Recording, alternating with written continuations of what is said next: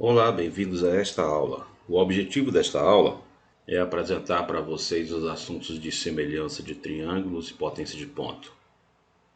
Antes, porém, é necessário enunciarmos o teorema de Tales, e ele de fato será aqui apenas enunciado para ser logo usado como ferramenta, porque, como dito desde o início do curso, o nosso objetivo aqui não é tanto o rigor, mas sim a aplicação de ferramentas na resolução de exercícios. O teorema de Tales diz o seguinte: se um feixe de duas ou mais paralelas é cortado por duas transversais, então a razão entre dois segmentos quaisquer em uma delas é igual à razão entre os dois segmentos correspondentes na outra. Esse teorema é felizmente muito simples de ser aplicado e eu vou mostrar aqui um exemplo.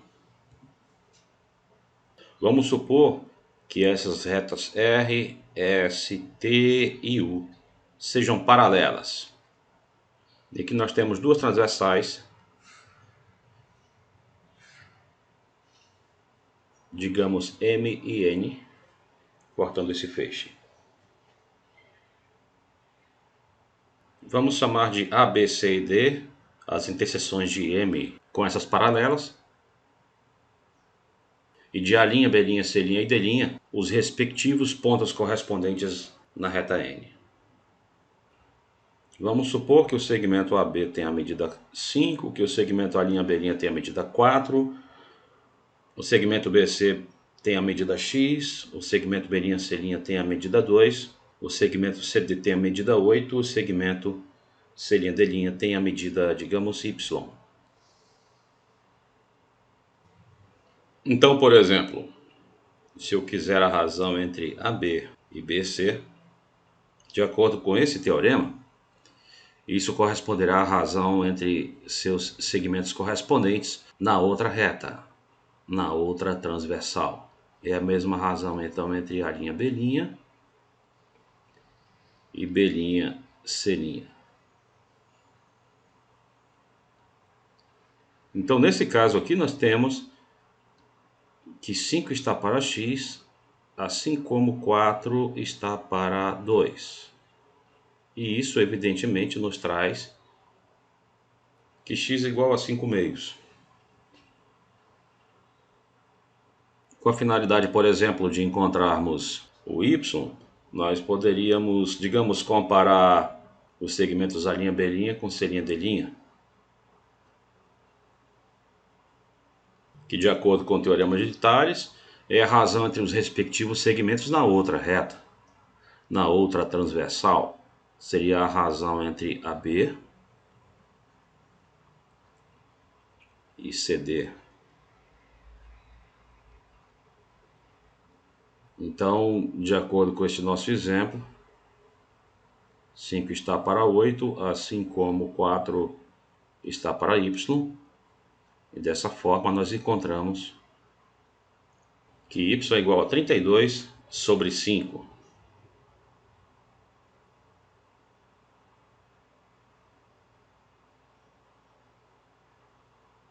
Nós poderíamos também usar à vontade as possibilidades do teorema de Tales, achando esses valores de outras formas. Por exemplo, aqui eu denotei segmentos correspondentes pela mesma cor.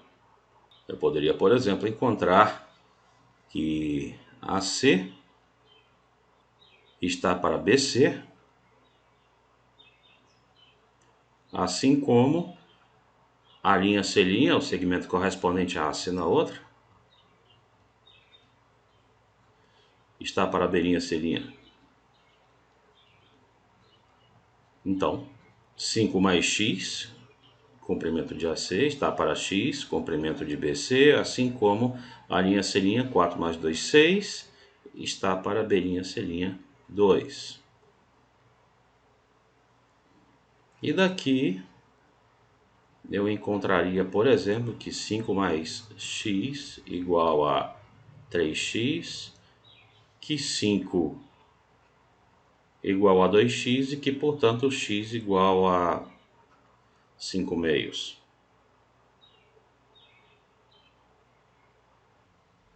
Então é esse o Teorema de Tales, que apesar de simples é uma ferramenta extremamente poderosa.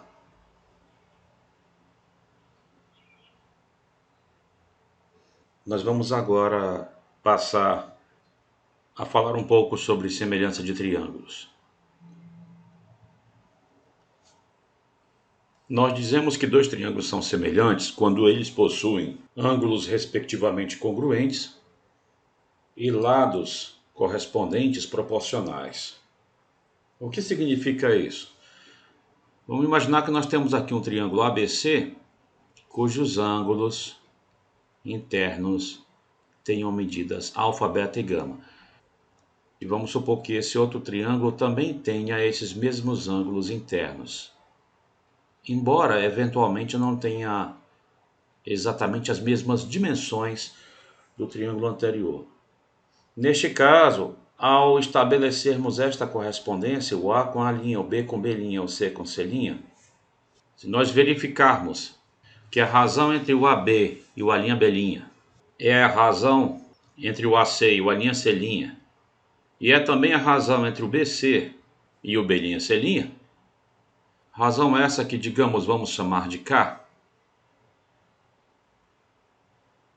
então nós dizemos que esses dois triângulos são semelhantes.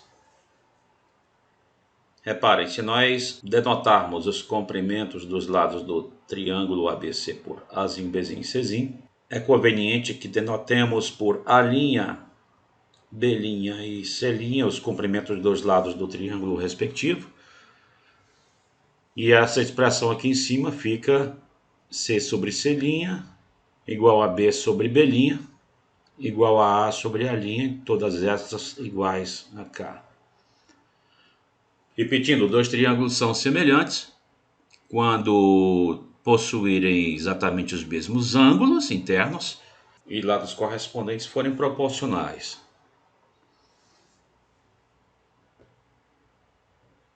Vamos observar que se essa razão K de semelhança for 1, então a semelhança na verdade vira congruência. Congruência é nada mais, nada menos do que o caso particular de semelhança de razão 1.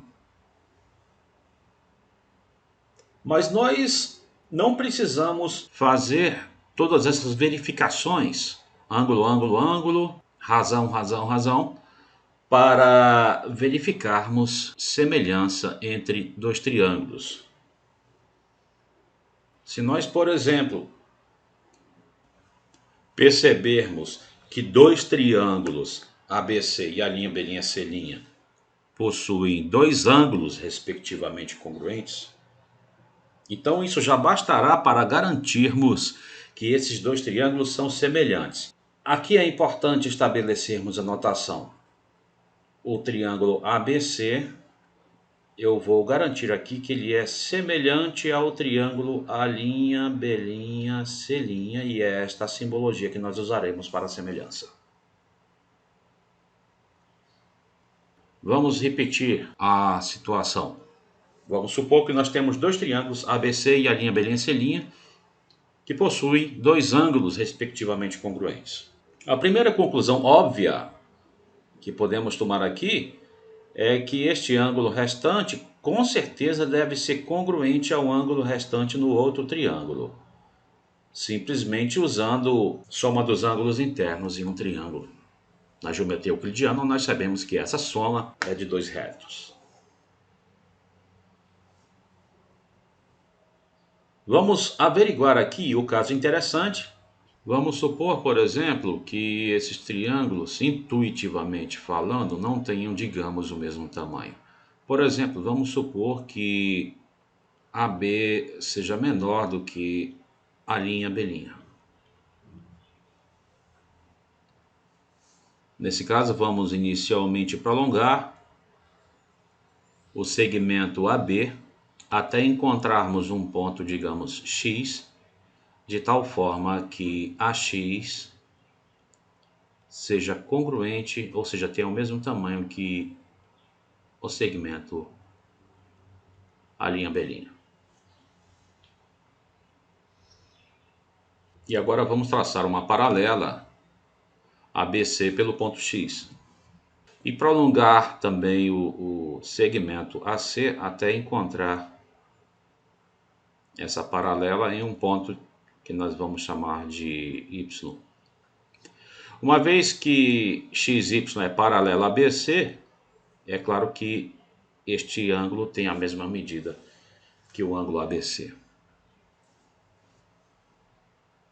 Agora nós vamos observar que os triângulos AXY e a linha B', são congruentes pelo critério ângulo, lado, ângulo. Eles possuem respectivamente congruentes um lado, AX é congruente à linha B', e os ângulos a esse lado adjacentes, alfa e beta. Como consequência, nós vamos ter, por exemplo, que o lado AY do triângulo AXY é congruente ao lado A'C', e que o lado XY no triângulo AXY é congruente ao lado B'C' no outro triângulo.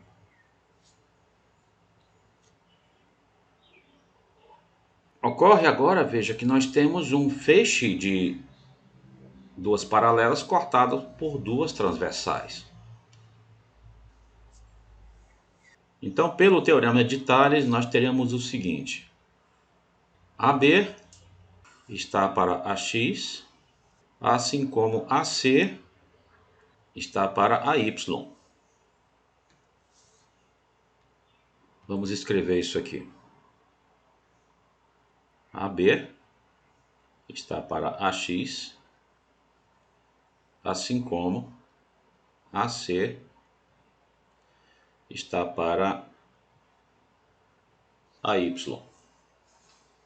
Acontece, porém, que AX é congruente à linha B' e que AY é congruente à linha C'.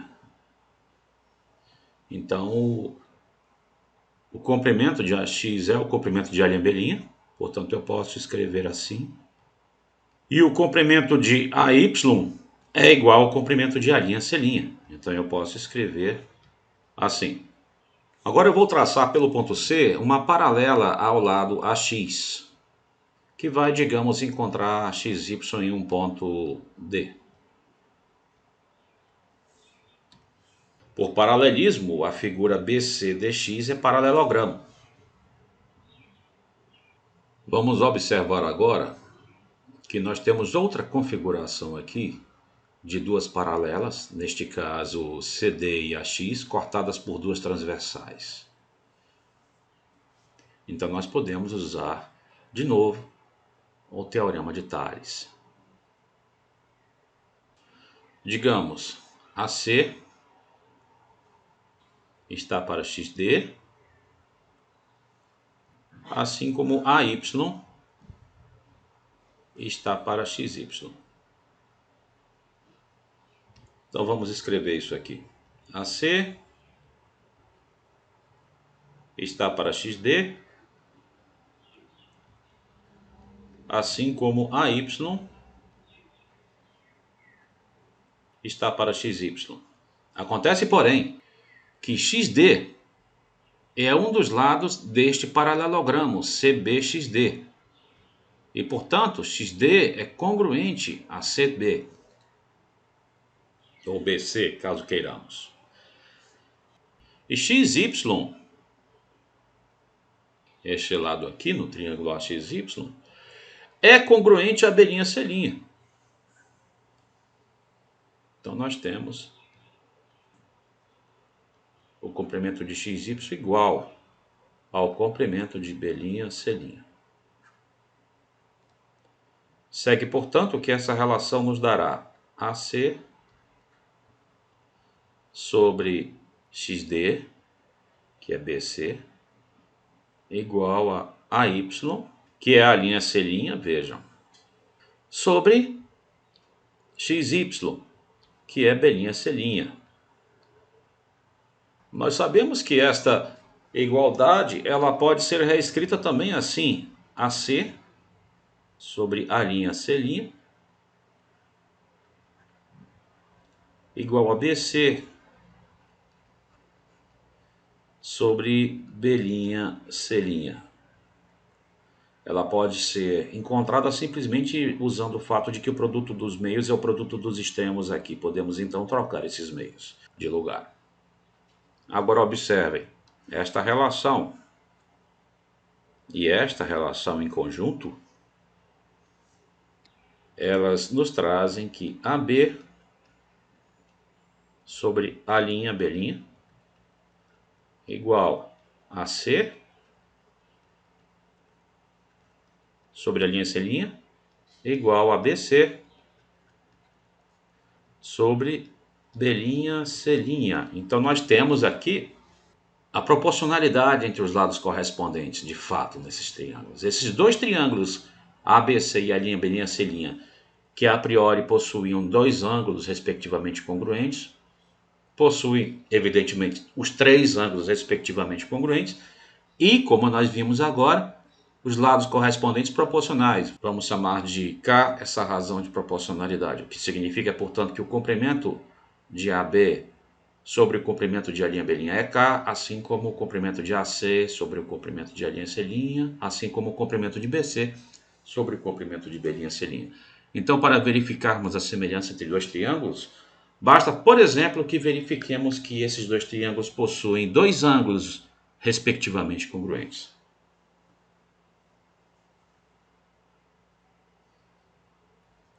Agora nós vamos aqui apenas enunciar dois outros casos de semelhança de triângulos, embora eu recomende aqui enfaticamente que você tente demonstrar esses casos.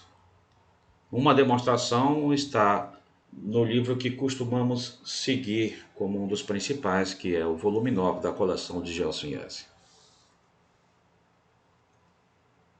Vamos supor que dois triângulos, ABC e A'B' possuem dois lados respectivamente proporcionais. Por exemplo, se eu chamar o lado AB de C e o lado A'B' de C', o lado AC de B e o lado A'C' de B', então essa igualdade aqui significaria dizer C está para C', assim como B está para B'. São iguais, eu vou chamar de K essa razão. Então, se dois triângulos possuem dois lados correspondentes proporcionais e os ângulos compreendidos entre esses lados são congruentes, então esses dois triângulos são semelhantes. ABC é semelhante ao triângulo A'B', o que significará, portanto, que A sobre A' também será igual a esse K, e que os ângulos em B e em B' são congruentes e que os ângulos em C e C' são congruentes. Basta, entretanto, que verifiquemos, como eu acabei de falar, a proporcionalidade entre dois lados e a igualdade entre as medidas dos ângulos entre esses dois lados. Isso difere do caso LAL de congruência de triângulos apenas pelo fato de que aqui a razão não precisa necessariamente ser 1. Quando a razão for 1, este caso de semelhança vira congruência.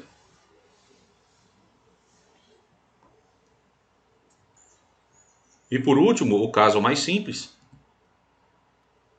que é quando dois triângulos possuem lados respectivamente proporcionais, os três lados respectivamente proporcionais.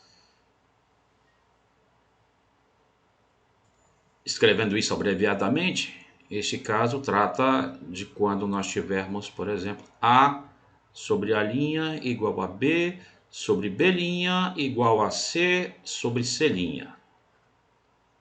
Quando tivermos algo desse tipo, o terceiro critério de semelhança de triângulos nos garantirá que os ângulos nos vértices A e A' são respectivamente congruentes, nos vértices B e B' são respectivamente congruentes e nos vértices C e C' são respectivamente congruentes também, ou seja, que estes dois triângulos são de fato semelhantes.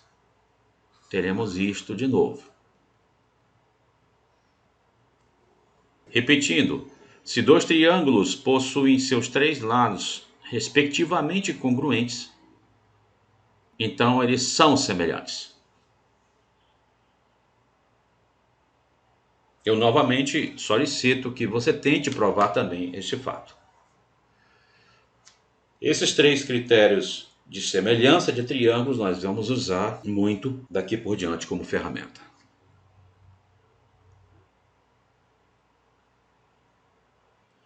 E o primeiro uso se dará agora. Vamos fazer uma observação importante aqui.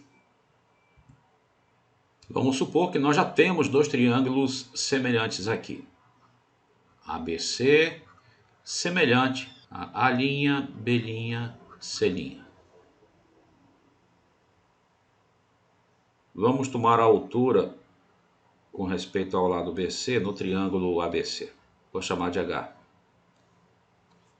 Uma vez que esses dois triângulos são semelhantes, é claro então que este ângulo é congruente a este ângulo no vértice B'.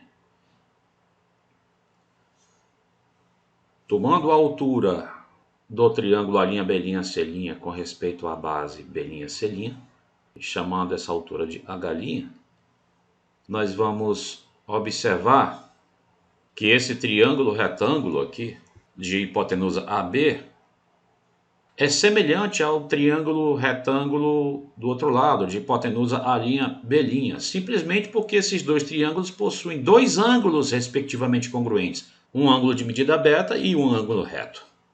Segue, portanto, que esses dois triângulos são semelhantes e, como consequência, que AB está para A'B', assim como H está para H'. Por outro lado, devido à semelhança original entre os triângulos ABC e A'B', C', nós tínhamos AB sobre A'B' igual a AC sobre A'C' igual a BC sobre B'C'.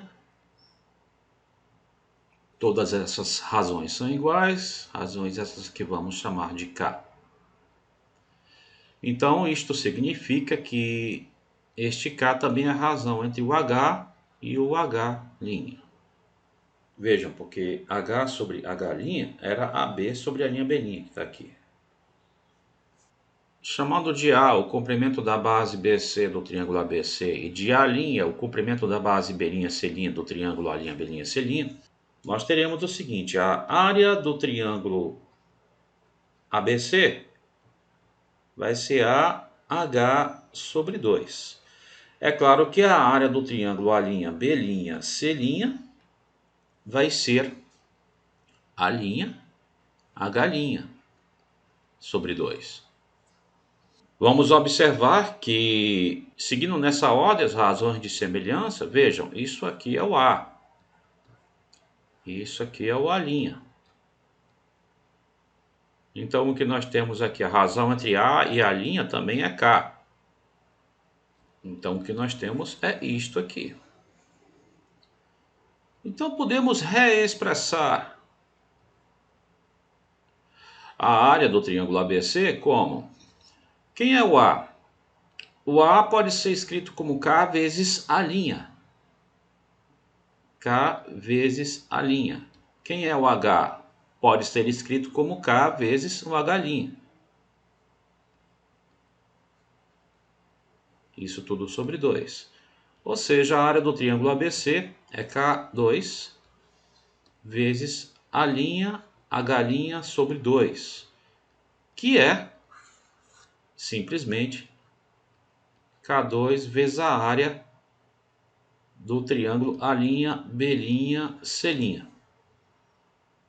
Destacando essa relação, o que nós obtivemos foi que a área do triângulo ABC é igual a K2 vezes a área do triângulo A'B'. Em resumo, o que nós descobrimos aqui foi o seguinte: se nós temos dois triângulos semelhantes, ABC e A'B', então as alturas correspondentes seguirão também a mesma razão de semelhança que os lados correspondentes estão seguindo. O que eu quero dizer com isso é que essa altura e essa altura estarão na mesma proporção seguida pelos lados correspondentes, ou seja, H está para H', assim como A está para A'. Assim como B está para B', assim como C está para C', e assim por diante. E, além disso, a razão entre as áreas,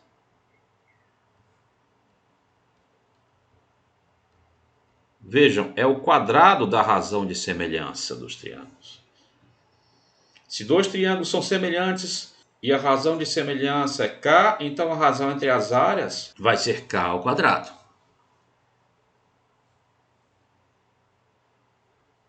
Um bom exercício é você verificar também que, por exemplo, a razão entre as medianas relativas a lados correspondentes nos dois triângulos também seguirá a mesma razão de semelhança e assim por diante. Os elementos lineares em um triângulo estão para os elementos lineares correspondentes no outro na mesma razão de semelhança.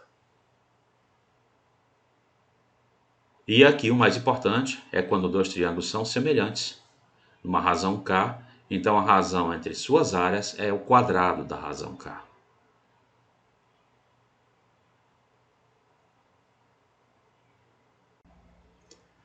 Nós estamos agora em posição para definir o que seja potência de um ponto com relação a uma circunferência. Vamos supor que nós temos aqui uma circunferência de centro A e raio R e vamos tomar um ponto qualquer do plano. Neste caso, estamos tomando aí um ponto interior, é esse círculo. Nós vamos agora traçar duas cordas quaisquer passando pelo ponto P. Não tem problema se elas não passarem pelo centro. Vamos chamar de A e B os extremos desta corda. E vamos chamar de C e D os extremos da outra. Vamos agora observar o seguinte.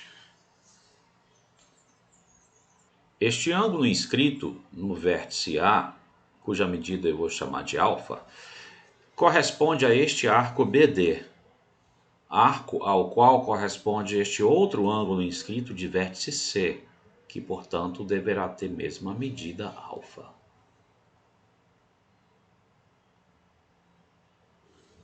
Uma vez que os ângulos em P são opostos pelo vértice, então eles têm mesma medida. Segue daí, portanto, que os triângulos CPB e APD são semelhantes. Por quê? Porque possuem dois ângulos respectivamente congruentes. Por exemplo, o lado adjacente a esses dois ângulos no triângulo CPB está para o lado adjacente a esses dois ângulos no triângulo APD, assim como o lado oposto ao ângulo alfa no triângulo CPB está para o lado oposto ao ângulo alfa no triângulo APD. Isto aqui é uma proporção, que é uma igualdade entre duas razões. Então, o produto dos meios é o produto dos extremos. Daqui nós encontramos facilmente que PA vezes PB é igual a PC vezes PD. PA vezes PB igual a PC vezes PD. Toda vez que essas cordas se cruzam num ponto interior ao círculo, esses produtos serão iguais. Vamos simbolizar esses produtos por este P. E vamos observar, além disso, que o mais importante aqui é que esses dois segmentos que estão se cruzando em um ponto P no interior do círculo são dois segmentos quaisquer. O segmento AB e o segmento CD que se cruzam em P são dois quaisquer segmentos.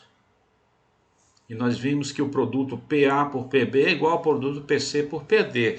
Uma vez que eles são dois segmentos quaisquer, se eu pegar outro segmento qualquer, ou seja, outra corda qualquer passando por P, digamos com extremos X e Y, então este produto será também seguido. Ou seja, PX vezes PY também será igual a P. Este produto, então, será seguido por toda e qualquer corda desse círculo passando por P. Então, é uma quantidade que depende apenas do ponto P, ou seja, da posição desse ponto com respeito a esse círculo. Esta quantidade nós chamamos de potência do ponto P com relação a esse círculo.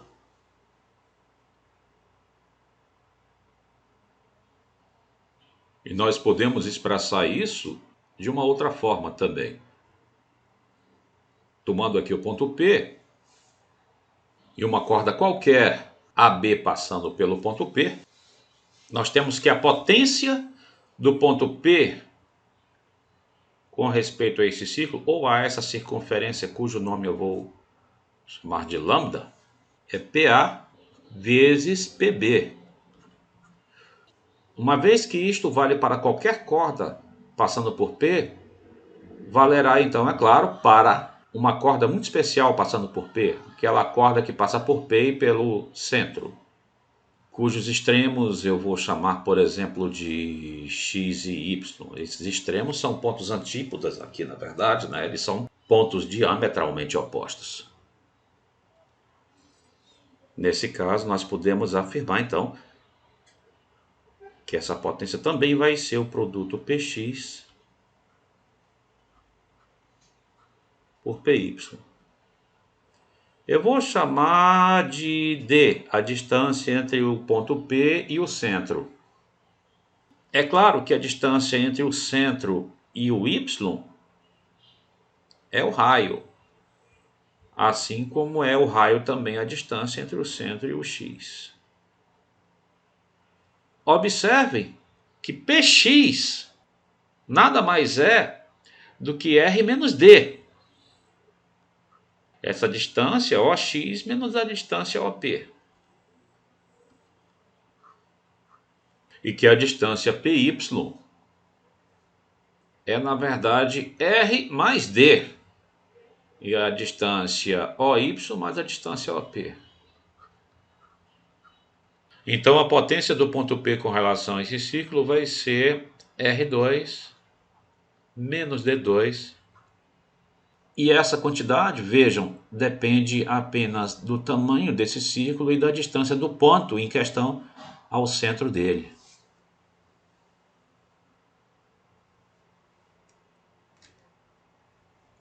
Estendendo um pouco esse conceito, vamos imaginar que nós tivéssemos um ponto Q sobre a circunferência desse círculo. Se esse ponto Q está sobre a circunferência desse círculo, então, tomando isso aqui, digamos, como uma definição, a distância entre o ponto Q e o centro desse círculo, esse Dzinho agora, ele vai ser R. Então, a potência do ponto Q com relação a esse círculo vai ser R2 menos R2, ou seja, vai ser zero. Eu poderia então, de acordo com isso aqui que eu posso estender como definição, eu poderia então dizer que a potência de um ponto com relação a um círculo, quando esse ponto está sobre a circunferência desse círculo, é zero.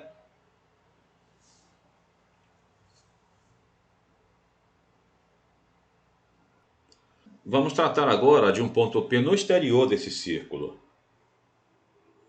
Vamos passar pelo ponto P duas retas quaisquer que interceptem esse círculo. Digamos que esta reta intercepte a circunferência desse círculo nos pontos A e B, e que esta outra reta intercepte a circunferência desse círculo nos pontos C e D. É claro que os nomes que daremos a esses pontos não irão nos interessar. O interessante, o importante aqui são as relações entre os comprimentos que nós vamos obter. Muito bem, vamos observar o seguinte. Este ângulo escrito no vértice A, cuja medida eu vou chamar de θ, é um ângulo escrito correspondendo ao arco BD. Arco ao qual também corresponde este outro ângulo inscrito, que portanto também terá a mesma medida θ. Então, os suplementos dessas medidas serão, é claro, também congruentes. Eu vou chamar as medidas desses suplementos de alfa.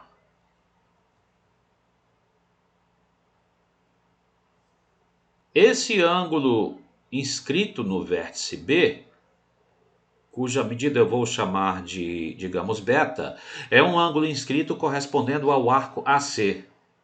Arco ao qual está correspondendo também este outro ângulo inscrito no vértice D, que, portanto, também terá a mesma medida beta. Agora eu chamo a atenção aqui para dois triângulos, PAD e PCB,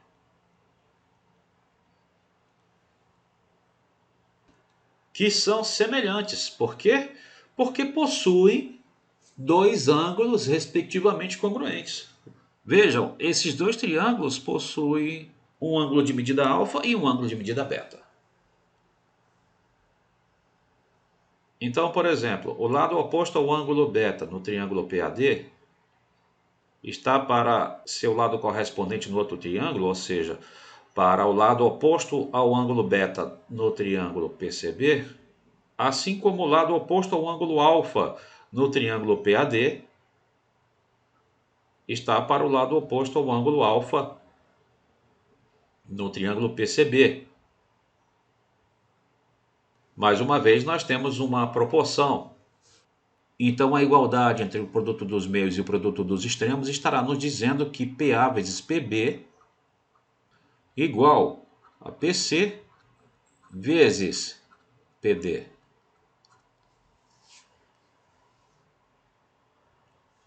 Em suma, o que foi que nós obtivemos? Ao tomarmos um ponto P exterior a um círculo de centro O e, digamos, raio R, e ao tomarmos duas secantes quaisquer pelo ponto P a esse círculo, o que nós vamos ter é que os produtos PA vezes PB e PC vezes PD são iguais.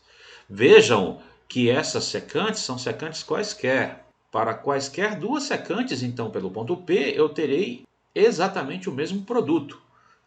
Então, por exemplo, traçando uma outra secante qualquer, digamos, e encontrando a circunferência desse círculo nos pontos X e Y, esta igualdade também se estende para isso.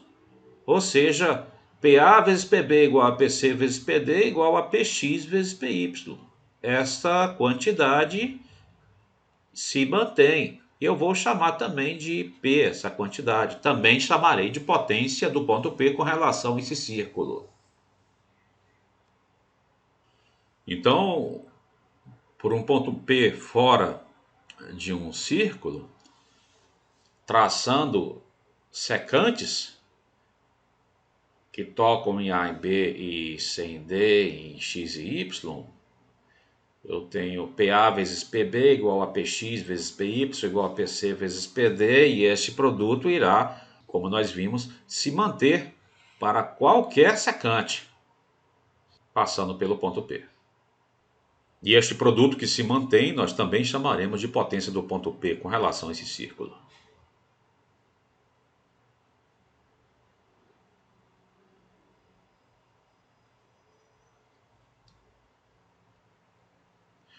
Em suma, a potência do ponto P com relação a esse círculo, que eu vou chamar círculo lambda, é igual a PA vezes PB, e o valor numérico desse produto se mantém para qualquer secante, e em particular vale para uma secante muito especial, aquela secante que passa pelo centro.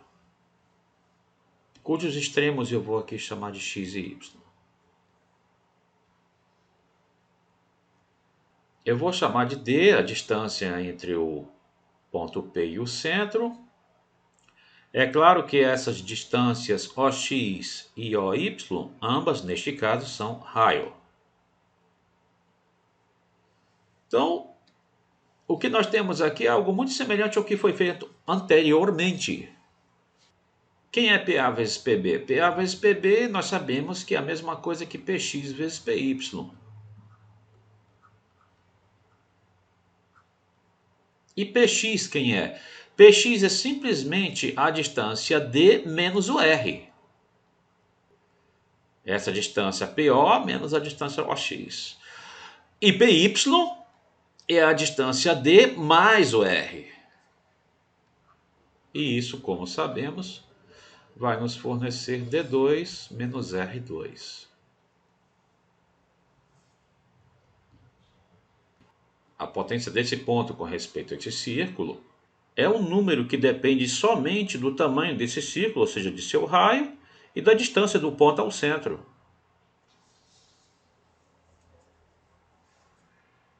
E se por acaso, no lugar de uma secante, nós traçarmos uma tangente à circunferência pelo ponto P? Vamos chamar de T, digamos, o ponto de tangência. Nós sabemos que uma tangente ou uma circunferência é perpendicular ao raio no ponto de contato. Então, o que nós temos aqui? Esse comprimento OT, evidentemente, é raio. E nós temos um triângulo retângulo.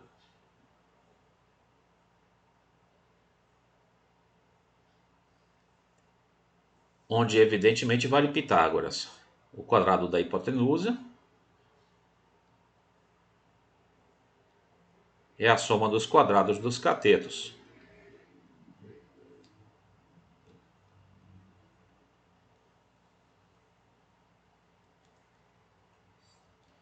Acontece que PO era D. Então, nós temos D quadrado igual a R2 mais o quadrado do comprimento do segmento PT. Ou seja, D2 menos R2 igual ao quadrado de PT. Mas vejam que isto aqui é nada mais, nada menos do que a potência do ponto P com relação a esse círculo. E isto aqui nós podemos dizer que é o produto do segmento PT por ele mesmo. Ou seja, se nós temos pelo ponto P uma secante e uma tangente, então PA vezes PB igual a PT quadrado, e essas quantidades são a potência desse ponto P com relação a esse círculo. É claro que se tivermos duas tangentes pelo mesmo ponto, por exemplo, PT e PQ, então PT quadrado igual a PQ quadrado igual a potência do ponto P com respeito a esse círculo. Isso é facílimo de mostrar, mas eu creio que a maneira mais simples de todas é lembrando que se por um ponto P fora de um círculo nós traçamos duas tangentes, elas têm comprimentos iguais.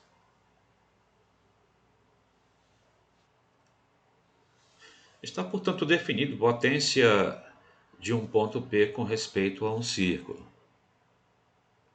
Se o ponto P está no interior do círculo, e por esse ponto nós tomamos duas secantes, duas cordas, então PA vezes PB igual a PC vezes PD nesse caso. E aqui nós descobrimos que isto aqui, que é a potência desse ponto com relação a esse círculo, também pode ser expressa através de R quadrado menos D quadrado, onde esse R é o raio desse círculo e esse D é a distância entre o centro desse círculo e o ponto P. Nós estendemos essa definição para os casos em que o ponto está sobre a circunferência desse círculo. Usando esta expressão, nós encontramos que a potência deste ponto Q com relação a esse círculo é zero, porque a distância entre este ponto e o centro é R, e aqui nós teríamos então R2 menos R2, que dá zero. E se ao invés disso o nosso ponto, que eu vou chamar por exemplo de S, estiver fora, estiver no exterior do círculo, e nós determinarmos, digamos, uma secante qualquer, com extremos x e y, então a potência desse ponto S, com respeito ao círculo lambda, vai ser Sx vezes Sy. E nós vimos que esta quantidade também pode ser expressa por d2 menos r2, onde d é a distância entre S e o centro do círculo e r é seu raio. E vimos que esta quantidade também é mantida quando, digamos, pelo ponto S, nós traçamos uma tangente, ST. Essa quantidade é o quadrado de ST. Nós poderíamos unificar essas duas coisas de algumas formas diferentes. E aqui você tem o direito de escolher. Uma delas é declarar a potência de um ponto P com respeito a um círculo lambda como sendo o módulo de D2 menos R2. Uma quantidade sempre positiva. Se D for maior do que R, então o ponto está no exterior e a potência vai ser isso. Se D for menor do que R, então o ponto está no interior, então a potência vai ser isso. Vejam que o módulo nos traz essas duas expressões. E se o ponto está na periferia, ou seja, se o ponto está na circunferência do círculo, a potência vai ser naturalmente zero. Isso nos traz uma expressão para a potência de um ponto com respeito a um círculo como algo que será realmente sempre positivo. Mas caso você queira, você também poderia definir a potência de um ponto com relação a um círculo. Por exemplo, e aqui eu lhe dou a liberdade para você escolher a forma que você achar melhor, sempre como isto daqui, incluindo então a possibilidade de essa potência vir a ser negativa. Por exemplo, se neste caso a potência for positiva, significará que este D é maior do que esse R e que, portanto, o ponto estará no exterior. Se a potência for nula, evidentemente o ponto estará na periferia, ou seja, na circunferência. E se a potência for negativa, é porque esse D será menor do que o raio, caso no qual nós estaremos no interior do círculo. Você escolhe como você preferir fazer. Eu digo que na literatura o mais comum é definir a potência de um ponto com relação a um círculo como algo sempre positivo. Algo que seria unificado desta forma. Mas eu repito que isto não é necessário. Você pode definir dessa forma ou desta forma. A de cima tem a vantagem de lhe apresentar a potência de um ponto sempre como algo positivo. E a de baixo tem a vantagem de acordo com o sinal apresentado, dizer se esse ponto está no interior ou no exterior do círculo.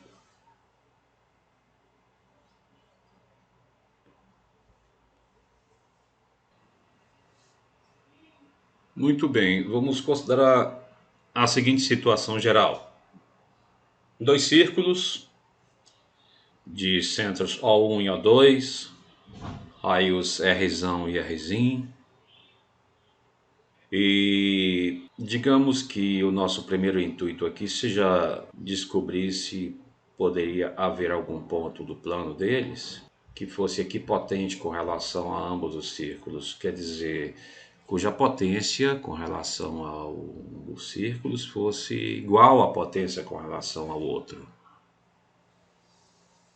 Primeiramente, nós vamos apenas fazer uma consideração intuitiva aqui, que vai sugerir que de fato um tal ponto existe. Vamos considerar, por exemplo, a possibilidade de haver um círculo secante a esses outros dois. E vamos com isso obter duas retas. Isto significa que em cada caso há dois pontos de contato, digamos A, B, C e D. Cada par de pontos irá definir uma reta. E no ponto, digamos, Z, onde essas retas se encontram,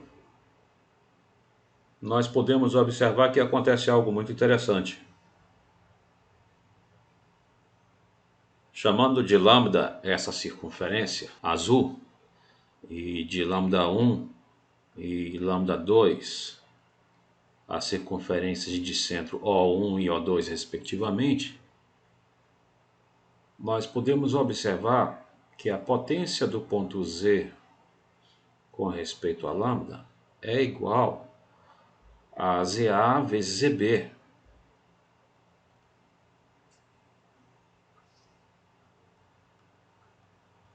Que, como sabemos, nos dá o mesmo resultado que o produto ZC por ZD. No entanto, vamos observar que ZA por ZB é também a potência do ponto Z com respeito à circunferência lambda 1. E que ZC por ZD é também a potência do ponto Z com respeito à circunferência lambda 2. O que significa que este ponto Z é equipotente com respeito às circunferências lambda 1 e lambda 2. A potência do ponto Z com respeito à circunferência lambda 1 é igual à potência do ponto Z com respeito à circunferência lambda 2. Então existem aí pontos equipotentes com respeito a ambas. Vamos começar a tentar encontrá-los mais especificamente.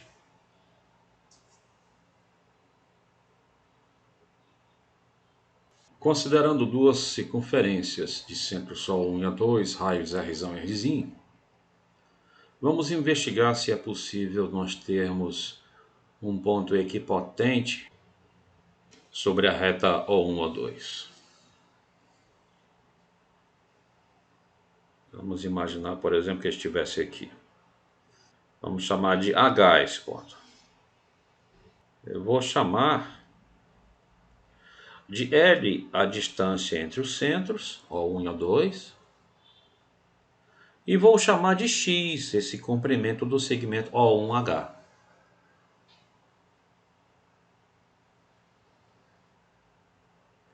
Ora, se esse ponto H for equipotente com respeito a ambas, então a potência de H com respeito a lambda 1, lembre-se, é o nome desta circunferência, deverá ser igual à potência deste mesmo ponto com respeito a lambda 2, que é esta circunferência de centro 2.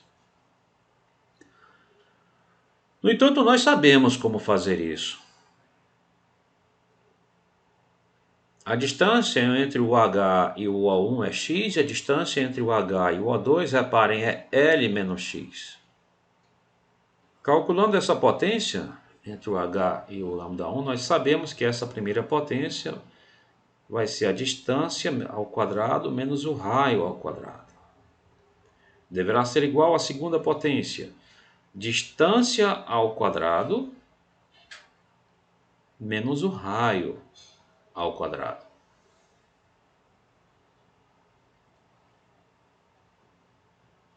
E esta primeira relação, ela já nos dará uma consequência importante. Desenvolvendo, nós teremos o seguinte: x2 menos r2 igual esse produto notável L2 menos 2Lx mais x quadrado menos o quadrado do Rzinho.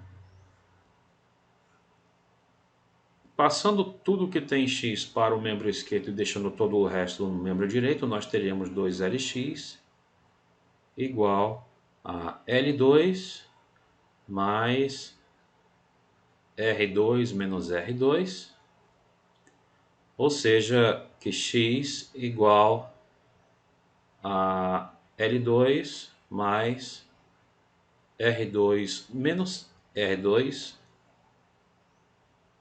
sobre 2L.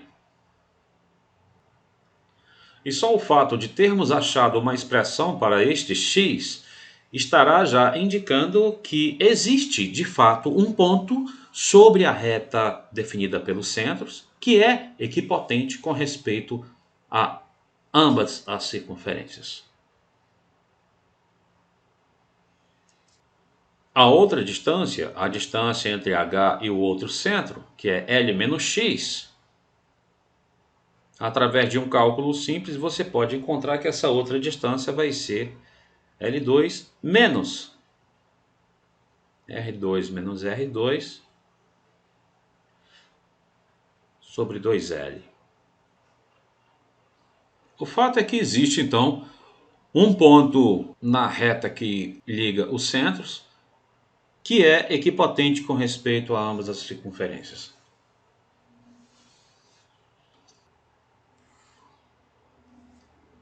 E esse ponto nós estamos chamando de H. A própria expressão encontrada para ele indica que nós temos um único ponto sobre esta reta 1 ou 2, que tem a propriedade de ser equipotente com respeito a ambas. Simplesmente porque esta relação encontrada nos fornece uma única possibilidade numérica para isso. Vamos imaginar que pudéssemos eventualmente ter outro ponto, digamos P, equipotente com respeito a ambas. Vamos chamar de M e de N, respectivamente, as distâncias de P ao centro O1 e O2. Ora, se P é equipotente, então as potências de P com respeito a λ1 e de P com respeito a λ2 são iguais. Quem é a potência de P com respeito a λ1? É o quadrado da distância ao centro menos o quadrado do raio. Então nós temos m2 menos r2 igual a potência de P com respeito à outra, n2 menos o quadrado do raio da outra. Nós deveremos ter isto.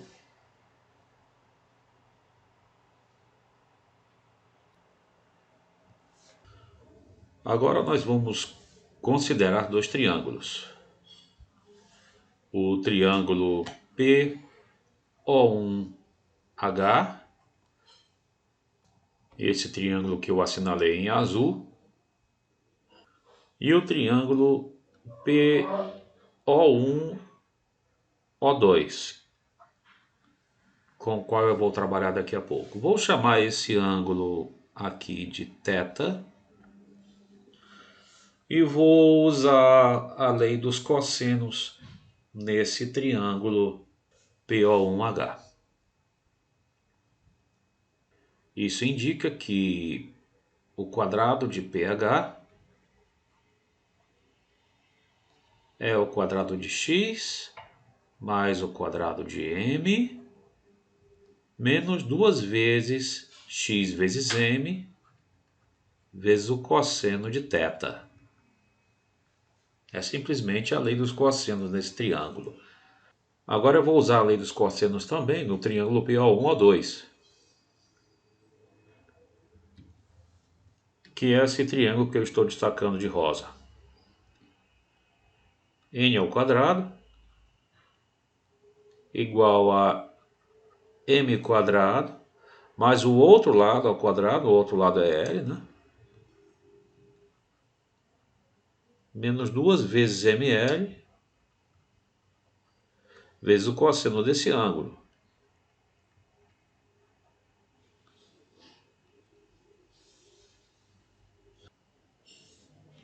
E desta relação que nós acabamos de encontrar, ao isolarmos o cosseno, nós vamos verificar que o cosseno de θ vai ser L2 mais M2 menos N2 sobre 2Lm. Por outro lado, vamos observar o seguinte: quem é M2 menos M2?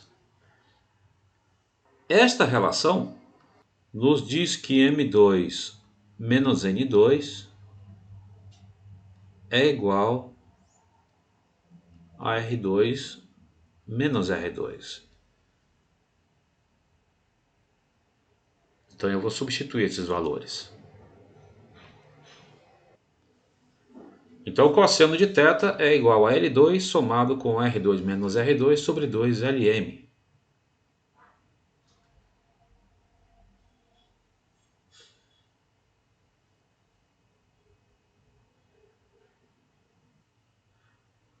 Se eu multiplicar o cosseno de θ pela letra m, eu terei isso. Ou seja, eu terei que m vezes cosseno de θ vai ser L2 mais R2 menos R2 sobre 2L. Ora, acontece, porém, que isto aqui, L2 mais R2 menos R2 sobre 2L, é precisamente o x. L2 mais R2 menos R2 sobre 2L. Então,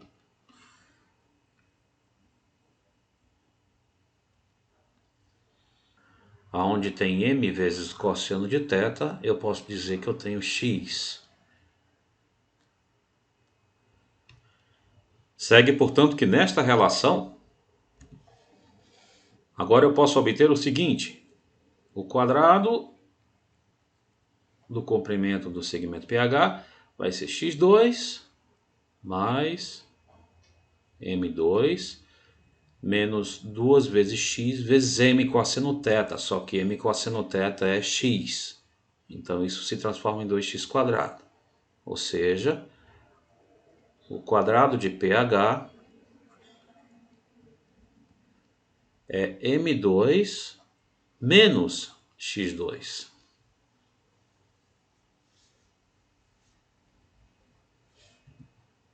E esta pequena relação já nos diz tudo de que precisamos.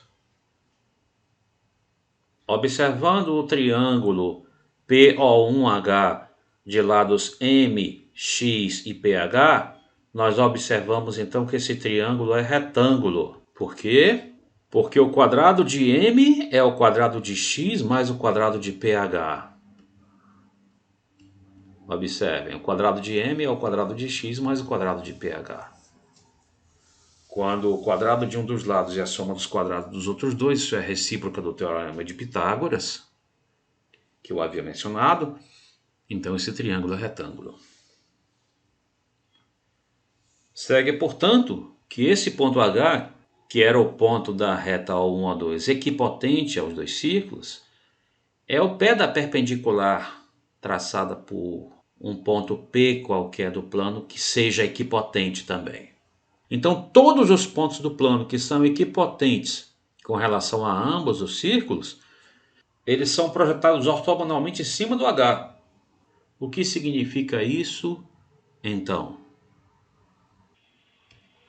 Significa simplesmente o seguinte: dados dois círculos de centros O1 e O2 e raios R e R', respectivamente, existirá sobre a reta O1 O2 um único ponto H que é equipotente com respeito a ambos os círculos. E qualquer outro ponto P que seja também equipotente a ambos os círculos terá a sua projeção ortogonal sobre a reta O1 O2 coincidindo com o ponto H. Em outras palavras, todo ponto do plano que é equipotente com relação aos dois círculos estará sobre esta reta. Que reta? A reta que passa por H e é perpendicular à reta O1, O2.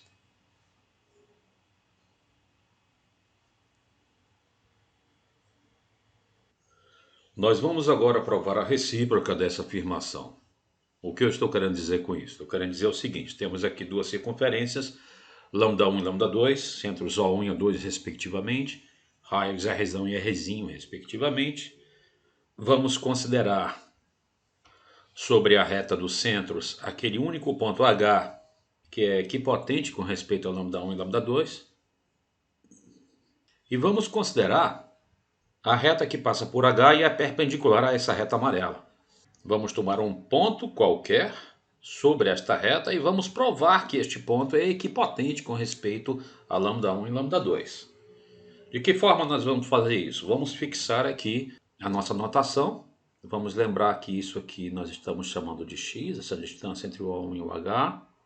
A distância entre os centros era L, portanto, essa distância restante é L menos x. e vamos chamar, respectivamente, de M e de N as distâncias de Q aos centros O1 e O2. O ponto A já era, por hipótese, equipotente com respeito a ambas. Isto quer dizer, como sabemos, que x2 menos r² é igual a L menos x² menos r². Daqui nós temos então que x² menos L menos x² é igual ao quadrado do r menos o quadrado do r. Por outro lado, nós também temos o seguinte. Uma vez que nós já temos essa perpendicularidade aqui por hipótese, então nós temos dois triângulos retângulos. No triângulo retângulo da esquerda, o teorema de Pitágoras nos diz que M2 igual a x2 mais o quadrado de QH. No triângulo retângulo da direita, nós temos que N2 igual a L menos x² mais o quadrado de QH.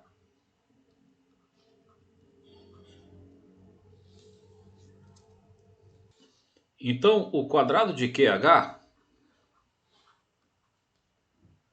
por um lado, ele é M2 menos x2. Por outro, ele é N2 menos L menos x². Esta relação, que está evidentemente nos dizendo que M2 menos x2 igual a N2 menos L menos x², está nos dizendo, em outras palavras, que x2 menos L menos x² igual a M2 menos N2. Agora vamos comparar esta relação que acabamos de obter com esta aqui que havíamos obtido antes. Como R2 menos R2 e M2 menos N2. Opa, vamos nos lembrar que tínhamos aqui x². Como R2 menos R2 e M2 menos N2 são ambos iguais à mesma coisa, então eles são iguais entre si. Ou seja, M2 menos N2 igual a R2 menos R2. Ou M2 menos R² é igual a N2 menos R². Mas isso aqui é tudo de que precisávamos. Veja, por exemplo, que essa primeira expressão é nada mais nada menos do que a potência do ponto Q com respeito a λ1. E a segunda expressão é a potência do ponto Q com respeito a λ2. Então, o que foi que nós fizemos? Acabamos encontrando que as potências de Q com respeito a ambas as circunferências são iguais. Então, toda vez que pelo ponto H da reta do centro, equipotente às duas circunferências, nós traçamos uma perpendicular a essa reta dos centros, então qualquer ponto dessa reta dos centros é também equipotente com respeito às duas circunferências. Com isso e com aquilo que demonstramos anteriormente, nós podemos garantir que esta reta é o lugar geométrico de todos aqueles pontos que são equipotentes com relação às duas circunferências. Isso quer dizer que só os pontos dessa reta e nenhum outro ponto do plano são pontos equipotentes com relação às duas circunferências. E que todos os pontos dessa reta são equipotentes com respeito às duas. Esta reta, que é o lugar geométrico dos pontos equipotentes com respeito às duas, é chamada de eixo radical das duas circunferências. O eixo radical, portanto, é uma reta perpendicular à reta definida pelos centros das duas circunferências e passa por um ponto específico dessa reta dos centros, um ponto que também é equipotente, evidentemente, com respeito às duas.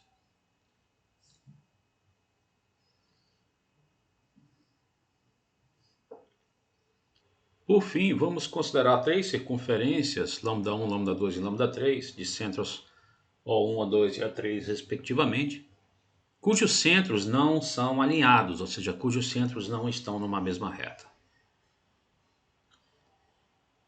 Vamos obter o eixo radical relativo às circunferências λ1 e λ2. Como nós sabemos, o eixo radical dessas duas é uma reta que passa por um ponto específico na reta dos centros, um ponto que é equipotente com respeito às duas, e é perpendicular a essa reta dos centros. Qualquer ponto desta reta azul é um ponto equipotente com respeito a λ1 e λ2. Esse eixo radical eu vou chamar de E1, 2. É o lugar geométrico daqueles pontos, eu repito, que são equipotentes com respeito a λ1 e λ2. Qualquer ponto desta reta azul, portanto, é equipotente com respeito a λ1 e λ2. Vamos traçar o eixo radical relativo às circunferências λ1 e λ3. Ou seja, vamos traçar o E1, 3. Como nós sabemos, é uma reta que passa por um ponto específico da reta dos centros, O1 e O3. E esse ponto específico é um ponto equipotente com respeito a ambas, λ1 e λ3, e é perpendicular a essa reta O1, O3. Esse aqui, repetindo, é o eixo radical com respeito às circunferências λ1 e λ3. Vamos agora considerar esse ponto de interseção. Vou chamar de ômega esse ponto. Uma vez que esse ômega pertence ao eixo radical E1, 2, então a potência desse ponto ômega com respeito a λ1 é igual à potência desse ponto ômega com respeito a λ2. Por outro lado, esse mesmo ponto ômega também pertence ao eixo radical E1, 3. Então a potência desse ponto ômega com respeito a λ1 é a mesma potência desse ponto ômega com respeito a λ3. O que significa isso, portanto? Que este ponto ômega é equipotente com respeito às três circunferências. Em particular, esta igualdade aqui, ela estará nos dizendo que a potência deste ponto ômega com respeito a λ2 é a mesma potência desse ponto ômega com respeito a λ3. Como nós vimos anteriormente, isso é mais do que suficiente para garantirmos que este ponto ômega estará também no eixo radical E2, 3, ou seja, o eixo radical com respeito às circunferências λ2 e λ3. O que foi que nós acabamos de provar? Dadas três circunferências cujos centros não estão alinhados, existe um único ponto do plano que é equipotente com respeito às três. Este ponto é chamado de centro radical.